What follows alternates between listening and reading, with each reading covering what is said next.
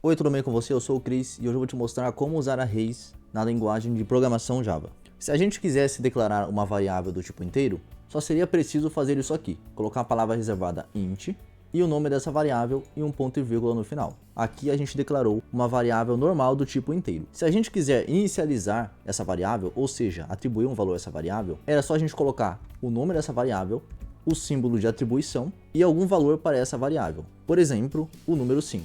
E se você quiser, você também consegue fazer a mesma coisa com o array. Com a diferença que eu coloco int, abre e fecha colchetes, e o nome desse array e um ponto e vírgula. Aqui eu declarei um array do tipo inteiro. E para eu inicializar um array, eu simplesmente coloco o nome do array, o símbolo de atribuição, a palavra reservada new, int, abre e fecha colchetes, ponto e vírgula, e aqui eu coloco o tamanho do array. Nesse caso, eu vou colocar o número 3. Ou seja, esse array tem a capacidade de armazenar 3 valores. Uma variável do tipo inteiro só é capaz de armazenar um valor. O que não acontece com array. Com array você define aqui o tamanho desse array, que significa o tanto de valores que esse array é capaz de armazenar. Agora, se eu quiser atribuir um valor a cada posição do array, eu posso fazer assim. Eu coloco o nome do array e a posição a qual eu quero adicionar um valor a esse array. No caso, na posição 0, eu quero adicionar o número 2. A posição 0 do array é a primeira posição. Todo array começa na posição 0, sem exceção.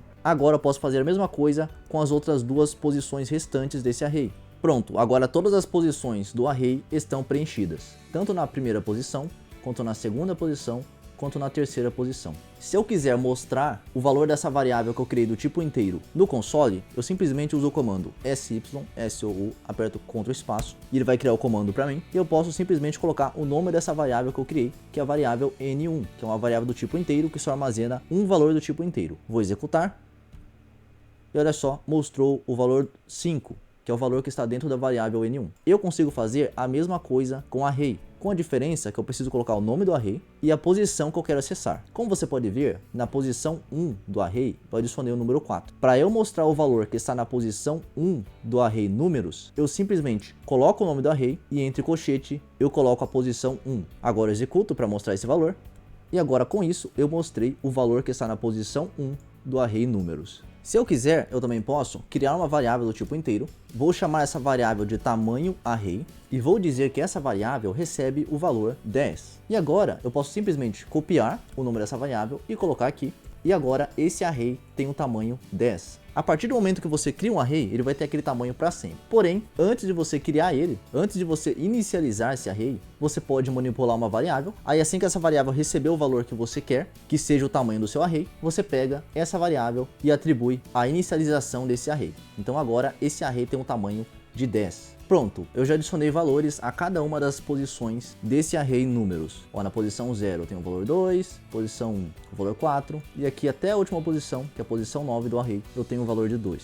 Uma das vantagens da gente criar um array é que somente em uma variável que você cria, você consegue armazenar diversos valores e por conta disso, você consegue percorrer esse array através de um loop for. Então, vamos supor que você queira mostrar os valores de cada posição desse array. Imagina você ter que colocar esse comando system.out.println para cada posição. Ia ser muito trabalhoso. Para isso, para resolver isso, a gente consegue usar a estrutura de repetição for para resolver isso pra gente. Então para isso eu coloco for, abro e fecho parênteses, abro e fecho chaves. Aqui eu coloco o tipo de cada variável que está nesse array. Aqui eu defino o nome, vou colocar só n mesmo, n de número, 2 pontos. E aqui eu coloco o nome desse array, o qual eu quero mostrar cada valor. Eu quero mostrar o valor de cada uma dessas posições desse array. Desde a primeira posição, que é a posição 0, até a posição 9, que é a última posição. Então para isso eu coloco o nome desse array. E aqui eu simplesmente coloco o comando system.out.println e ele vai simplesmente mostrar o valor de n. Aí, o que essa estrutura de repetição for vai fazer? Ele vai olhar cada posição desse array, vai pegar o valor dessa posição que ele olhou e vai jogar aqui dentro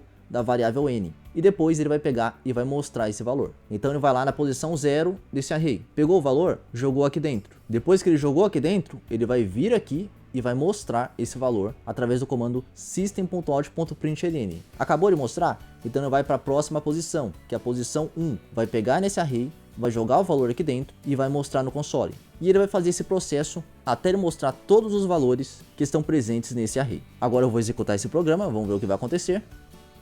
E olha só, ele mostrou todos os valores desse array, desde o 2, que é a posição 0, da posição 0 até a 9, ele mostrou aqui no console pra gente. Uma outra maneira de criar um array é a gente criar ele e já inicializar ao mesmo tempo. Eu vou criar um array de um outro tipo agora, do tipo string, para você ver que também é possível criar arrays de outros tipos. Segue a mesma lógica, só vai mudar o tipo do array. Então aqui eu coloco string, abre e fecha colchetes, o nome do array eu vou chamar de nomes, aqui eu coloco o símbolo de atribuição, abre e fecha chaves, e aqui eu posso adicionar os valores. Vou colocar aqui João, Maria e Teresa.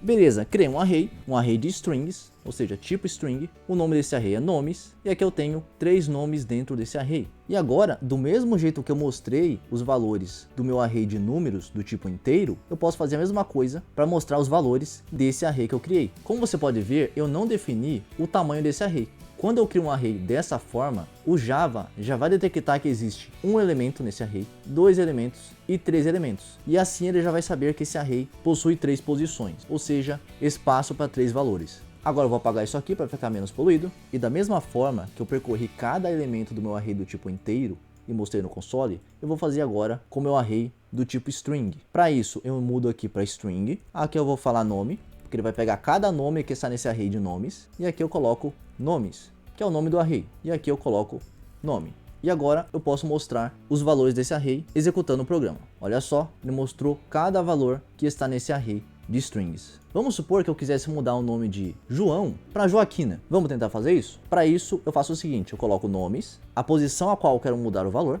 No caso, o João é o primeiro elemento. Por conta disso, ele está na posição 0. Sempre o primeiro elemento fica na posição 0 do array. Então eu coloco aqui 0 e aqui eu falo que recebe Joaquina. Então agora, se eu executar o programa de novo, o valor de João vai ter mudado para Joaquina. Vou executar. E olha só, apareceu Joaquina agora no lugar de João.